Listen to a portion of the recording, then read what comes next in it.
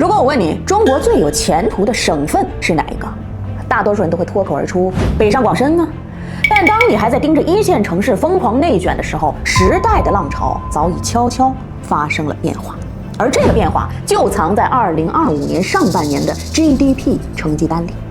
除了北上广深以外，谁有潜力成为新的城市一哥？谁又在悄悄努力惊艳所有人？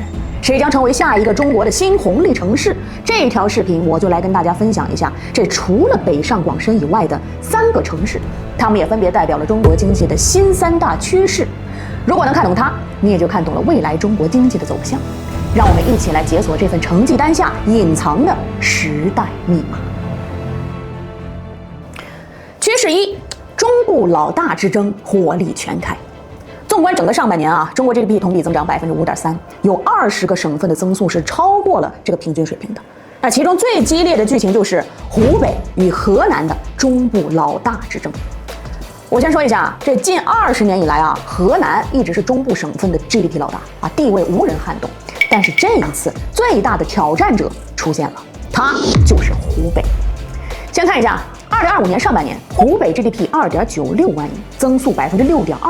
河南 GDP 3.17万亿，增速5.7%，两省之间的差距从去年的5000多亿缩窄到只剩2000亿出头了。照这个速度跑下去，到了明年，这中部老大的位置可真要易主了。那么为啥是湖北呢？因为上半年湖北的消费、投资、出口3驾马车可以说是全线发力，没有短板。其中消费增速6.9%，中部第2；投资增速6.5%，剔除房地产之后接近10%，中部第1。尤其是进出口增速28.4%，中部第1，全国第3，非常罕见。这个出口速度它是怎么跑出来的呢？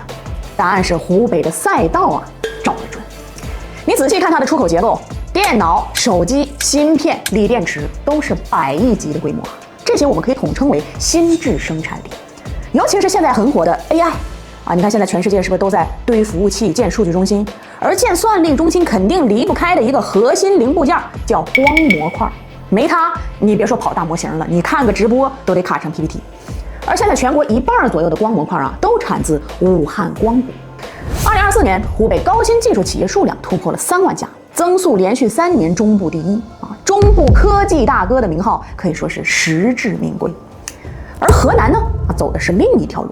主攻制造业，做大产业规模，比如大家熟悉的富士康，巅峰时期支撑起了河南外贸的半壁江山啊。但是这2年全球手机市场下滑，河南的出口也受到了冲击啊。能看出来，河南想要继续坐稳这中部第1的位置，面临的挑战可不小。趋势2叫老大哥的转型。以前这 GDP 一出广东永远是头牌，但今年上半年，你看它的增速居然低于了全国平均。很多人都很意外这广东是怎么了？答案是他在偷偷换挡转型，做产业升级。你想想，广东过去的强项是啥呀？家电、建材、家具的这些制造业大户，什么美的、TCL、格力都是响当当的招牌这些产业曾经撑起了广东经济的半壁江山。但是也有一个弊端，那就是对地产的依赖太高。现在全国都在强调心智生产力强调智能制造，所以广东作为排头兵，很快就换了打法。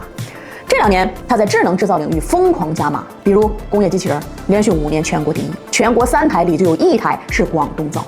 再比如 AI， 广东的小巨人企业也是全国最多，包括低空经济，广东光是无人机物流配送，1年就飞了近80万架次，连航空医疗救援网络都开始布局了。但是你要知道，这些高端产业它并不是你今天投了钱明天就能见利润的买卖，要烧钱、烧研发还得熬时间广东现在的落后其实也是在蓄力，一旦等到转型成功，相信它依然是那个能打的老大哥。趋势3：西部崛起。必须得提一下今年上半年增速最快的省份，第1名是西藏，紧随其后的是甘肃。为啥是他俩？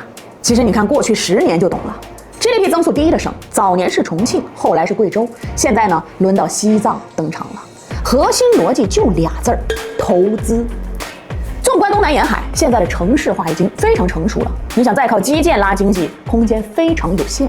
但在西部呢，高铁还没通的地方一大把基础设施还有不少空白，正是能大干一场的时候。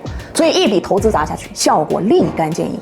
同样是100亿，投在东部，你可能只听个响，但砸到西部呢，分分钟能拉起一个产业带。比如3000亿的川藏铁路和1.2万亿的水电站，这些大项目不光施工期能拉 GDP， 建成之后还有源源不断的税收啊。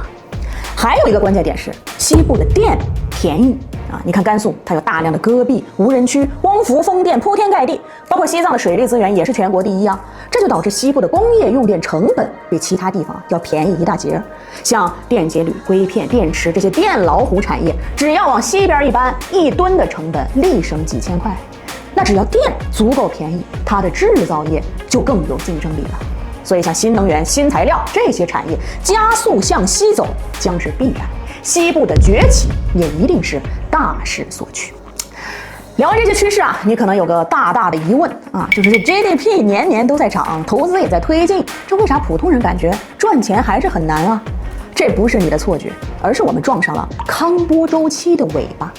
简单来说啊，每40年就有一波技术大潮来改变世界，是周期带动了经济繁荣几十年，再慢慢去退潮，直到下一次的红利到来。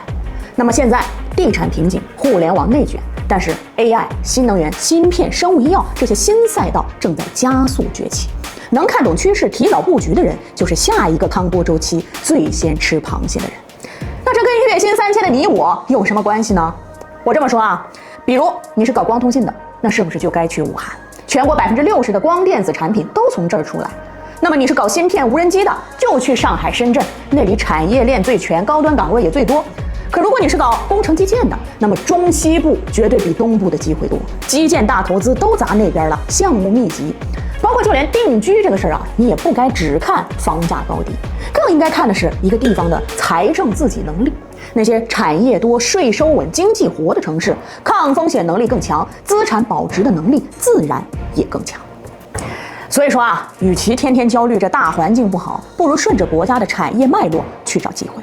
你要知道，中国的崛起不只是在新闻中，在数字里，它和你我们身边每一个人都息息相关。散会。